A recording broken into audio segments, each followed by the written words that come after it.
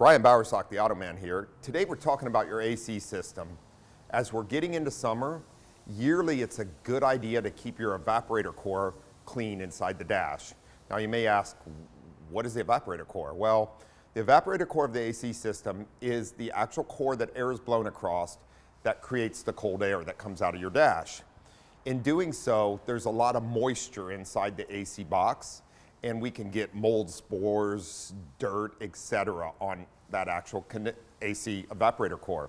So what we want to do yearly is actually do a cleaning of it, which reduces all the mold, etc. off of it, removes dirt and items such as that, and keeps the airflow through it nice and free, and also prevents from putting those items into the air inside the passenger compartment. So it's very important to do this yearly. It helps folks with asthma and allergies and everything else by reducing the amount of contaminants on the evaporator core. The other item that we want to replace on most vehicles has what's called a cabin filter. These cabin filters collect contaminants. One of the most forgot about filters on a vehicle.